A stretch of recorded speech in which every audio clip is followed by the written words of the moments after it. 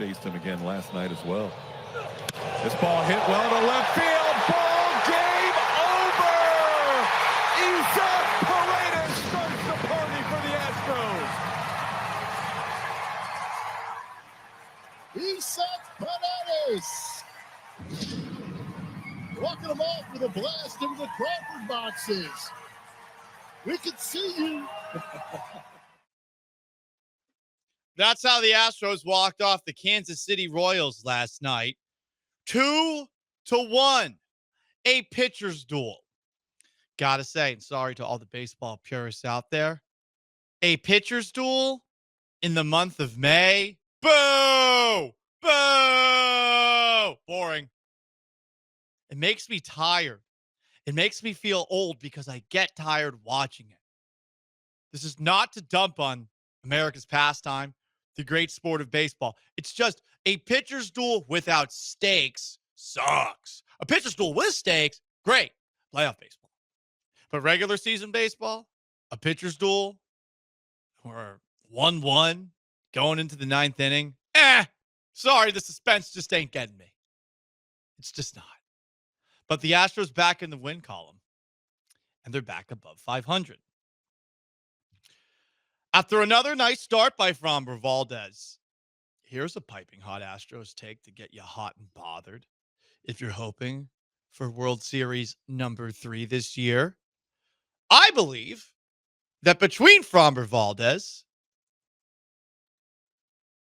who went 8 innings last night, Hunter Brown, who might be the best pitcher in the American League right now, and Ronel Blanco, if he can keep this up, that's a pretty damn good 1-2-3 for the Astros in the playoffs. I'm a little skeptical that Ronel Blanco is going to be able to keep it up all year, and I don't know if I'm supposed to expect a Christian Javier return this year, or a Luis Garcia return this year, or Lance McCullers to find the fountain of youth. I don't know what I'm supposed to expect, but it seems Framber is back. He'll have his occasional, buddy, you okay? Outing, probably in a week or so. But it seems he's back on the right track. Brown's been fantastic to open the year. If pitching wins championships, and if defense wins championships, the Astros have a good deal of it. Brendan Rodgers looking pretty good at second base. Not as a batter, but as a second baseman, he's looking good. That said, there is something else that needs to happen for the Astros to get to where we all want them to get to.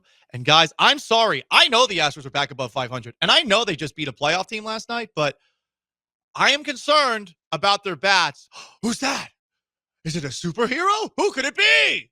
Think your favorite team has it all figured out? Think again. I thought what we had was special!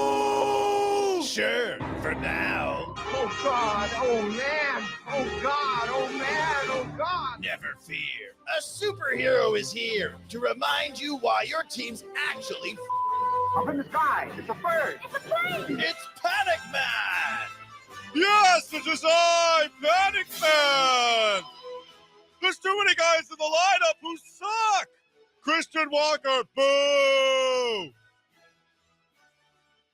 Jordan Alvarez, I know he's hurt, boo! Cam Rogers, hey, get picked off again, boo! Brendan Rodgers, strike out again, boo! Mauricio Dumont and Chas McCormick, you guys are getting Wally pipped by rookies, boo! What's the deal with the Astros with runners in scoring position?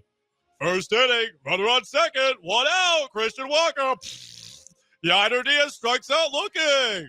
6th inning, runner on second, no outs. Isaac Paredes strikeout, Christian Walker strikeout. Yiner Diaz lineup.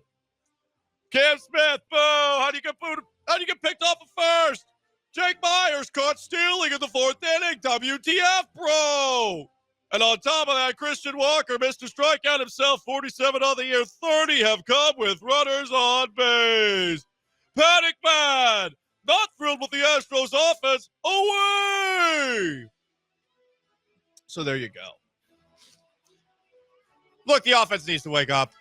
I get that they got the 2 runs that they needed to, but I'd like a little more. Something interesting I saw about not about Isaac Paredes last night. Something about Christian Walker that you'll find pretty interesting. Christian Walker actually has, even though it seems like he has 379 strikeouts, Christian Walker actually has as many strikeouts as Shohei Ohtani this year. If you want to spin zone it. If you want me to go Astros Minister of Truth, don't worry, Sean. I'm not asking for you to throw that one in there, too. No, Christian Walker has as many strikeouts as Shohei Ohtani. The problem is 30 of them have been with runners on base. 30. Oh, God. Grown. Not fun. Not cool. I'll say this at least. I really like the Isaac Paredes signing. He's perfect for Dyken Park. The exact kind of walk-off home run you're looking for, right? Where you're like, is this a home run in any other park? I don't know, Jim. It's been a nice signing. I wish that we would be saying the same thing about Christian Walker to this point. Walker's slash line, 213, 287. I thought we'd be getting more walks with him.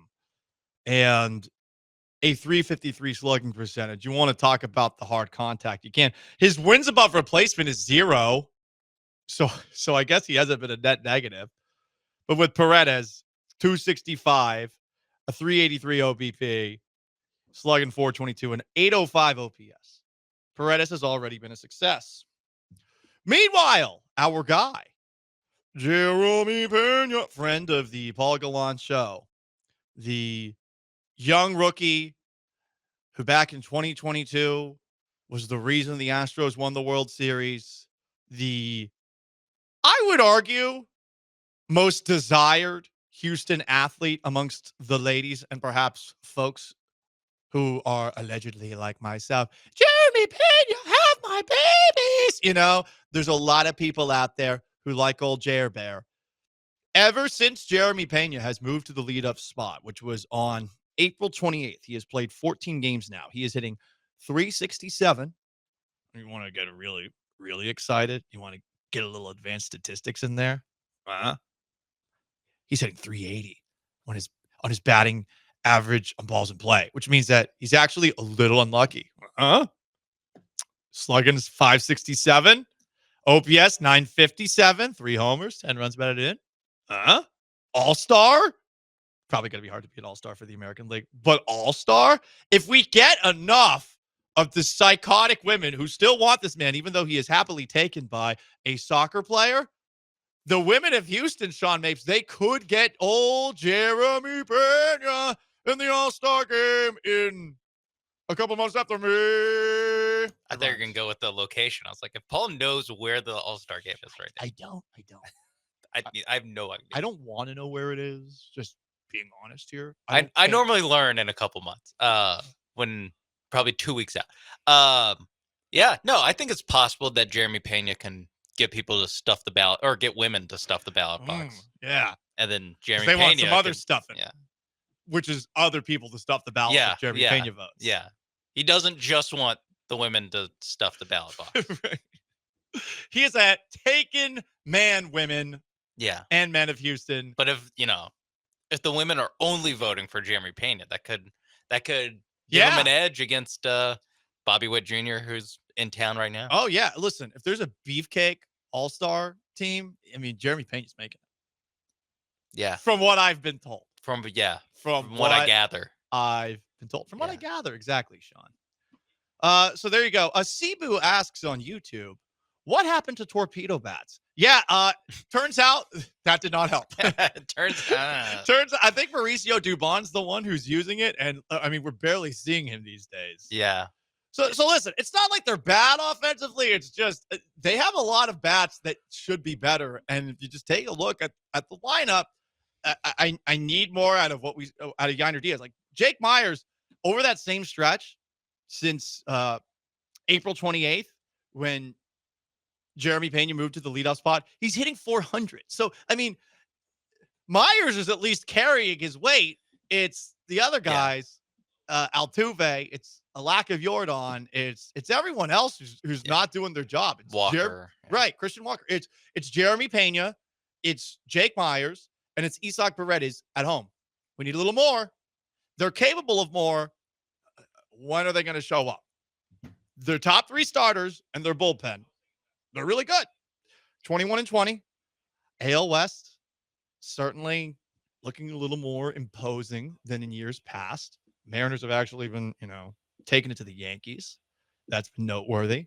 So, bats. Is there another version of a torpedo bat? Oh, okay. What would it be? How about cruise missile bat? There we go. Cruise missile. ICBM bat? Intercontinental ballistic missile for those not following? I mean, because a torpedo, that is That's like early World War- 1900s Yeah, I was technology. gonna say that's like World War One. Right. I think. I don't know when torpedoes were invented. I'll be honest. My war history, Sean, thank you for looking that up. My war history is a little limited, but okay. Yeah, we're doing torpedo bats. We could definitely do at least rocket bats, which would be followed by missile bats, which would be followed by cruise missile bats, which would be followed by ICBM bats. 1866. 1860. Holy crap. We had torpedoes in Yeah. 1866. English engineer Robert Whitehead. They What? made the first successful torpedo in that year. My mind is blown. I did not know we had that kind of technology. Yeah. I guess Classic yeah. the English. That's all they cared about was the Navy. Yeah, I was gonna say all of it. All the links have Navy in the name. Okay. Have different versions of the Navy in the list. Well, I would hope that the Navy would be inventing the torpedoes. So there you go, guys. Astros back in the win column. They're back above 500.